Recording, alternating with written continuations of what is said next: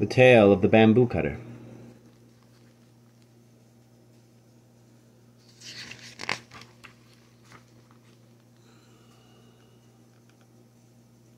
Three.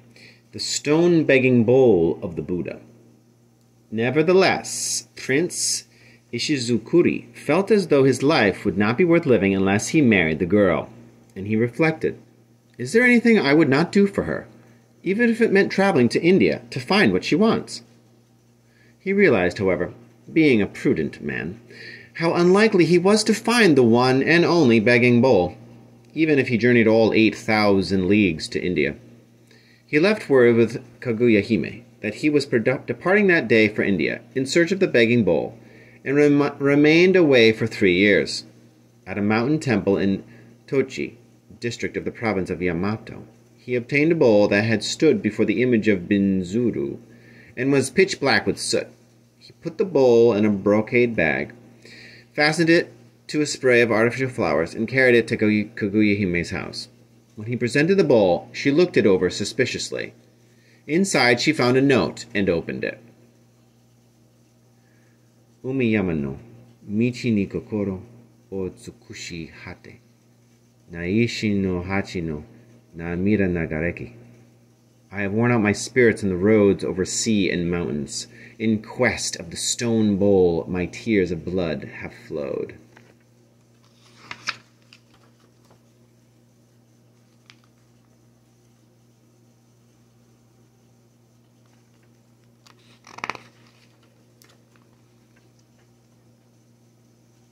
Kaguya Hime examined the bowl to see if it gave off a light, but there was not so much of firefly's glimmer. She returned the bowl with the verse, "Okutsuyu no hikari o danizu, yarosamashi, ogurayama nite nani motomeken." I hope that at least the sparkle of the fallen dew would linger within. Why did you fetch the bowl from the mountain of darkness? The prince threw away the bowl at the gate, and replied with this verse, "Shirayami ni aeba hikari no usuru kato, achi o sutetimu, tanomaruru kana." When it encountered the mountain of brightness, it lost its light, perhaps. I discard the bowl, but shamelessly cling to my hopes. He sent this into the house, but Kaguya Hime no longer deigned to answer. When he discovered she would not even listen to his pleas, he departed, at a loss for words. Because he persisted in his suit, even after throwing away the bowl, people have ever since spoken of surprise at a shameless action as being bowled over.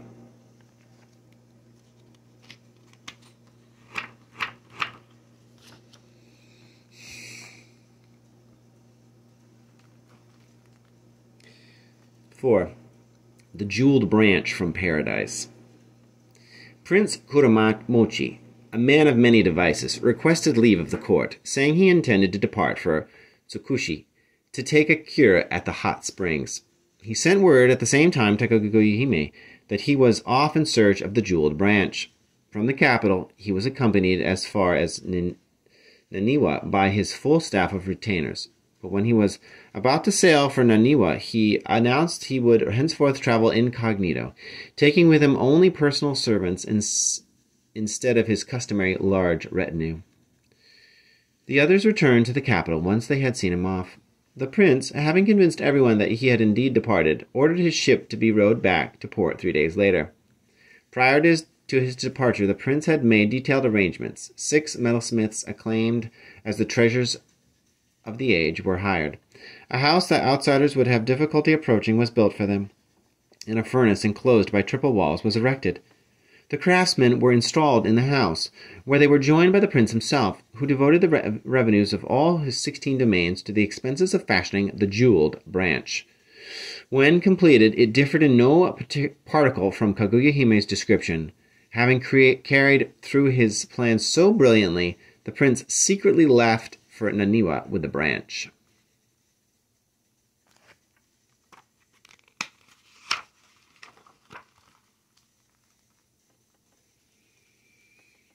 He sent word ahead to his household, informing them of his return by ship, and acted as if his journey had been a terrible ordeal. Many people went to Naniwa to welcome him. The jeweled branch was placed in a long wooden chest, covered suitably and carried ashore. Word soon got around, and rumor had it Prince Kuramochi was coming back and an udonge blossom to the capital. When Kaguya Hime heard this, she thought, her heart sinking, "I have been outwitted by this prince." Just then there was a knocking at the gate, and an attendant proclaimed Prince Kuramochi's arrival. "The prince has come here without even changing his traveling clothes," he said. The old man, impressed, went out to greet the prince. "I have brought back, at the risk of my life, the jeweled branch I was sent for," the prince announced. "Please show it to Kaguya Hime." The old man took it inside. The prince had attached a note to the branch. "Itazura ni miwa nashitsu tomo tama no e o taurade sarani karazaramashi." Even had it cost my life, I should not have returned empty-handed without breaking off the jeweled branch. While the lady was scanning the verse in dismay, the old bamboo cutter rushed in and declared, "The prince has brought back from paradise a jeweled branch that answers exactly the description of the one you requested. What more can you ask of him? He has come directly here in his traveling clothes, not even stopping at his own house. Please accept the prince as your husband without further ado." The lady, not saying a word, brooded disconsolately, her head resting on her arm.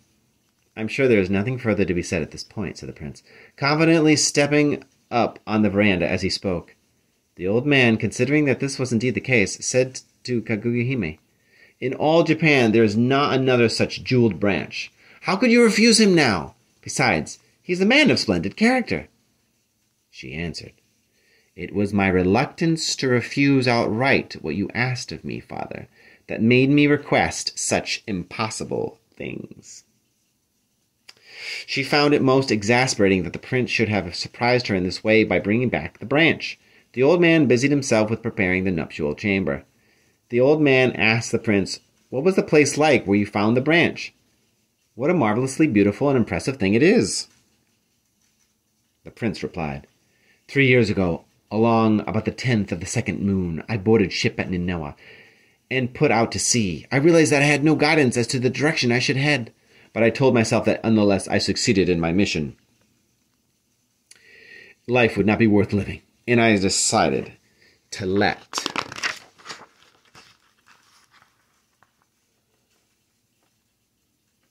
the ship be carried ahead at the mercy of uncertain winds. I reflected that if I died, my struggles would be over, but I was determined that as long as life was left me, I would keep sailing on, in the hope that eventually I might reach the mountain called Horai. The ship, drifting on the waves, was rowed farther and farther from Japan. As we moved along, we sometimes encountered waves so rough I thought we would surely sink to the bottom of the sea. Sometimes, too, we were blown by the winds to strange lands where the people, who looked like demons, attacked and tried to kill us. Sometimes, losing all track of our bearings, we drifted blindly on the sea. Sometimes, too, our food ran out, and we barely subsisted on roots or shells we took from the sea. And sometimes unspeakably horrible monsters arose in our path, intending to devour us. It happened, too, on our journey, at places where there was no one to help us, that we were afflicted by a sickness of every kind, and had nowhere to turn for comfort. We drifted on the sea, letting the ship wander as it pleased. Then, at about 8 o'clock in the morning on the 500th day of our journey, we faintly perceived in the distance a mountain rising from the sea. All of us aboard the ship strained our eyes for a better look. The mountain soared imposingly over the waves, tall and gracefully shaped. This, I thought, was undoubtedly the place I was looking for. But somehow I felt afraid, and for 2 or 3 days I sailed around the mountain surveying it. One day we noticed a woman dressed like some celestial being emerge from the mountain and walk here and there, dipping water with a silvery bowl. I went ashore and asked her the name of the mountain. She said, "This is the mountain of Horai." Words cannot describe my delight at hearing those words. I asked her then, "With whom have I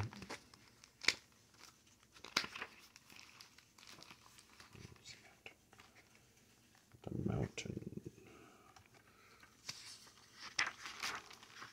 With whom do I have the pleasure of speaking? My name is Ukanuri, she replied, and saying so went back into the mountain. I examined the mountain, but could discover no way to climb it. As I walked around its slopes, I saw flowering trees of a kind unknown in this world. Streams of gold, silver, and emerald color gushed from the mountain, and spanning them were bridges of many different precious stones. Nearby stood some brilliantly glittering trees. The one whose branch I took was the least impressive, but since it fitted exactly the lady's description, I broke off this spray of blossoms. The mountain was incomparably lovely. Nothing in this world even faintly suggests its delights. But now that I have obtained this branch, I was in no mood to dawdle. I boarded ship and, being favored by the wind, returned to a little over 400 days. Perhaps I owe to the Buddha's vow to save all mankind, that the wind blew me safely to Naniwa. Yesterday I left Naniwa for the capital, and I have come directly here without so much as changing my brine-soaked clothes. The old man, having heard the prince through, sighed and recited the verse. Kuretaki no, yoyo no takentori, no yamanimo, sayawawa bishiki, fushi onumi mishi. Through all the generations, men have gathered bamboo in mountains and fields. Have they ever experienced such unbroken hardships?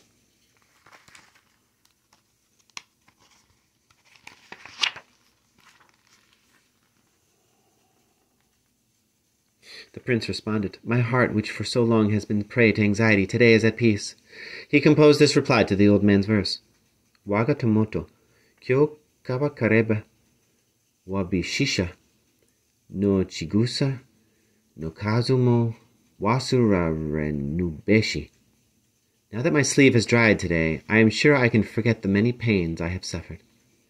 Just then, a band of 6 men burst into the garden. One of them held forth a letter inserted in a presentation stick. He said, I am a Yabe no Uchimaro, an artisan of the Office of Handicrafts. I beg to report that I served this gentleman by making a jewel branch for him. Working for over 1,000 days, so devotedly I gave up all normal nourishment. This was no small sacrifice, but he has yet to give me any reward. Please, sir, pay me now so I can take care of my assistants. He proffered the note. The old bamboo cutter shook his head in perplexity, wondering what the workman was talking about. The prince stood there dumbfounded, looking utterly disconcerted. Kaguya Hime, hearing what had happened, exclaimed, Bring me that letter. She examined it, and this is what it said. For 1,000 days the prince remained in hiding together with us lowly workmen, and he ordered us to make him a magnificent jeweled branch. He promised he would even give us